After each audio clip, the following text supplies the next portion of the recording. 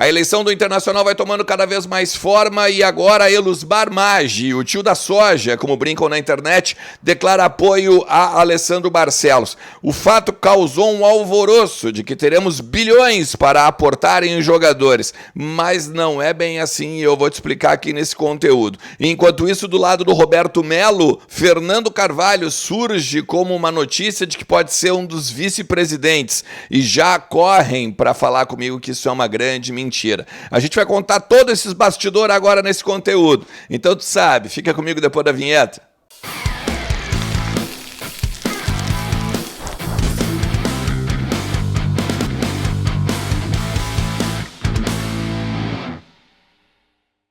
Fala Colorado, como é que vocês estão? Tudo certo? Tudo beleza? Vamos lá, vamos falar do Internacional, que também tá ligado no campo, né? Por mais que tenha aí muitos bastidores, principalmente políticos, por conta daí da eleição do dia 9 de dezembro, tem muita coisa rolando também nos bastidores. O Inter voltou a trabalhar com bola nessa quinta-feira, depois de um período de folga, após a derrota para o Palmeiras, né? A data FIFA. E aí o Internacional se prepara agora, melhor dizendo, para encontrar o Red Bull Bragantino no próximo dia 26, com algumas possibilidades, né? René e Hugo Malho podem estar de volta nesse jogo, depois de lesões musculares.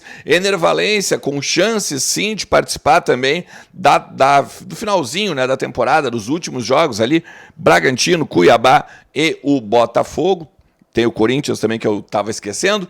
E, por último, né, cara, a gente talvez tenha só mesmo Alan Patrick e o Arangues de fora por conta aí da suspensão, beleza? A gente vai atualizando, cara, ao longo dos dias, porque principalmente hoje teve uma reapresentação com o treino reaberto só no início ali para os repórteres. Então, assim, questões de tática, técnica e possível time, a gente ainda não tem. Talvez dá para esboçar. Talvez dê para esboçar como a principal dúvida o lado esquerdo. Vamos lá, com o Rocher, o Bustos, Vitão Mercado, e aí talvez a interrogação. O Johnny, que mesmo com a entorse tem grande chance de jogar. O Bruno Henrique no lugar do Arangues, é o substituto meio que original, né? Maurício, o Wanderson, aí no Alan Patrick fica a dúvida.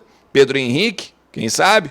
Será que o Depena, por exemplo, do lado direito, lá no lugar do Maurício, e o Maurício fazendo o meio-campo? Aí também é outra questão. E o Ener Valencia lá na frente, beleza? Eu quero falar com você sobre o Elusmar Maggi, tá? E a questão política do Internacional. E também quero falar com vocês a respeito de Fernando Carvalho, junto ao Roberto Melo, né? Trazendo informações, vamos dizer, dos dois lados, né? Para vocês. Tem uma galera que de vez em quando comenta aqui, né? Que eu estou fazendo campanha para alguém. Vocês vão perceber que não, tá? Principalmente nesse posicionamento que eu vou fazer agora a respeito do Elusmar Maggi. Primeiro eu vou... deixar bem claro o que o Elusmar Maggi pode vir a ser para a gestão Barcelos.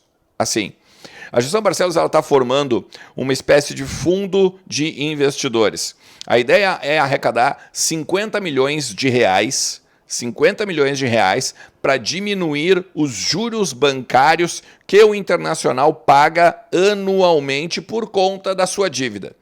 Por exemplo, segundo o presidente Alessandro Barcelos, e está até no portal Transparência, tem como ver, o Internacional paga de juros na casa dos 70 a 80 milhões ano.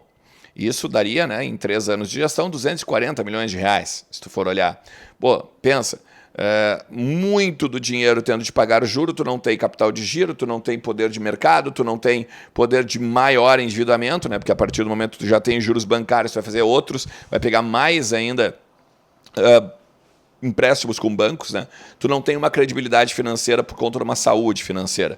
A ideia do Internacional, ou da gestão do Alessandro Barcelos, é fazer um fundo de investidores em que os caras emprestam dinheiro para quitar as dívidas, para quitar os juros bancários e assim o Internacional, pelo menos, estabilizar os valores que tem em débito com instituições bancárias e outros credores, e, ao mesmo tempo, esse dinheiro que foi emprestado ser devolvido em 5 anos. E aí, claro que num juro menor.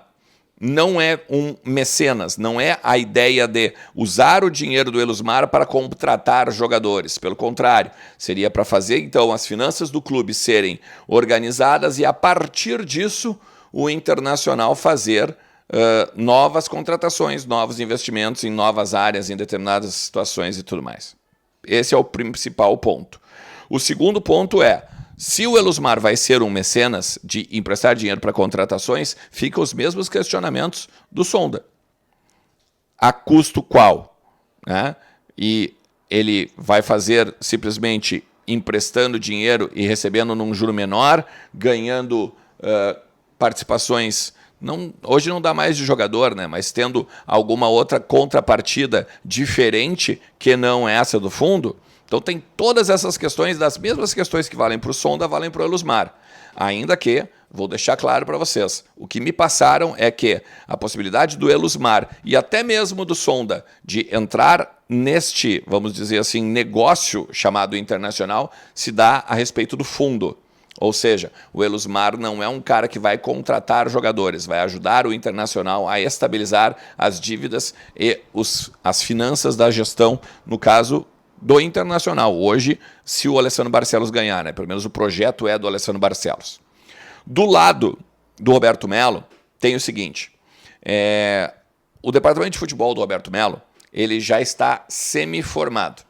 O executivo vai ser o Alexandre Matos. O gerente esportivo vai ser o D'Alessandro. E o coordenador técnico vai ser o Abel Braga. Esses três já estão fechados. Não se fala abertamente por conta, óbvio, que eles estão em Atlético Paranaense, Cruzeiro e Vasco, respectivamente, tá? Surgiu nas redes sociais uma informação de que o Fernando Carvalho estaria ou seria um dos nomes fortes no futebol do Inter ou numa das vice-presidências do Internacional, com o Roberto Melo ganhando a eleição. O que acontece? Assim, o Roberto Melo está com uma dificuldade muito grande, segundo os apoiadores dele, segundo pessoas muito próximas dele, de achar um vice-presidente de futebol. Na gestão do Ming, o Movimento Intergrande entende que o futebol ele é praticamente o último degrau antes da presidência. Ele tem uma função estratégica dentro do movimento, ou dentro daquilo que o movimento entende ser um modelo de governo, por exemplo, assim, tá? Então, a partir disso, como não há um sucessor após o Roberto Melo, fica a dificuldade de ter um novo vice de futebol está grande. Por exemplo, surgiu o nome do Alexandre Chaves Barcelos, que era ex-vice eleito do Marcelo Medeiros. E já se fala também nos bastidores que esse nome não vai ser. A Dauri Silveira talvez poderia, ainda que o Adauri foi diretor de futebol da gestão do Marcelo Medeiros, mas também corre na boca pequena de que esse nome também ele não é forte o suficiente para ser vice de futebol.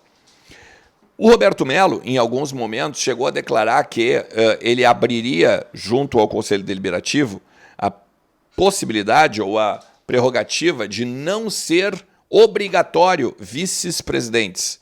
Ele quer mudar o estatuto, inclusive, porque tem lá um número X de vice-presidências que são obrigatórias, e outras que ele pode criar, como a do Sonda, por exemplo, que ele vai criar de investimentos, né, de negócios no futebol. Então, assim, a partir disso, tentaram convencer o Roberto Melo que o Fernando Carvalho seria um nome forte para ser vice de futebol, ou seja, estar junto à gestão. E o Roberto Melo já rechaçou qualquer possibilidade para esses apoiadores. E com as pessoas que eu falei, inclusive, todas disseram. O Roberto disse que não. Primeiro, porque não bate, porque o Fernando Carvalho é empresário de futebol. Ele tem consultorias, ele tem participações em clubes da Série B ou C. Inclusive, ele faz consultoria para o Coritiba, o Fernando Carvalho. O Fernando Carvalho tem negócios no futebol. Não teria como o Fernando Carvalho abrir mão disso para ser de um cargo que é, primeiro, não remunerado, e segundo, que detém tanto tempo dentro do Internacional. Então, não há nenhuma possibilidade do Fernando Carvalho estar dentro da gestão como um vice-presidente. É claro, ele vai ser consultado, é claro que ele vai ser uma pessoa que vai ser ouvida pelo Roberto Melo, pelos apoiadores da gestão como um todo. O Movimento Intergrande tem o Fernando Carvalho como presidente de honra do movimento. É óbvio que o Fernando Carvalho vai ter um protagonismo, mas nos bastidores. Como vice-presidente, não. Esqueçam, não há nenhuma possibilidade. Estou cravando para vocês aqui agora, neste exato dia, 16 de novembro de 2023. Beleza? Se tu chegou até aqui, eu quero te lembrar que tua saúde financeira pode ser melhorada com a Mais Ágil. Tu tem carteira assinada ou daqui a pouco perdeu o emprego, acabou desligado da tua empresa e não conseguiu pegar o teu FGTS, a Mais Ágil, ela consegue fazer isso para ti. Fala com eles no link que está aqui na descrição e ajeita, o teu ano agora de 2024. O fundo de garantia está lá guardadinho, é teu, pode ser pego pela Mais Ágil e te ajudar nessa questão de saúde financeira, beleza? Faz isso, porque sempre é muito bom começar zeradinho, o ano de 2024. Valeu? Um forte abraço. Tchau.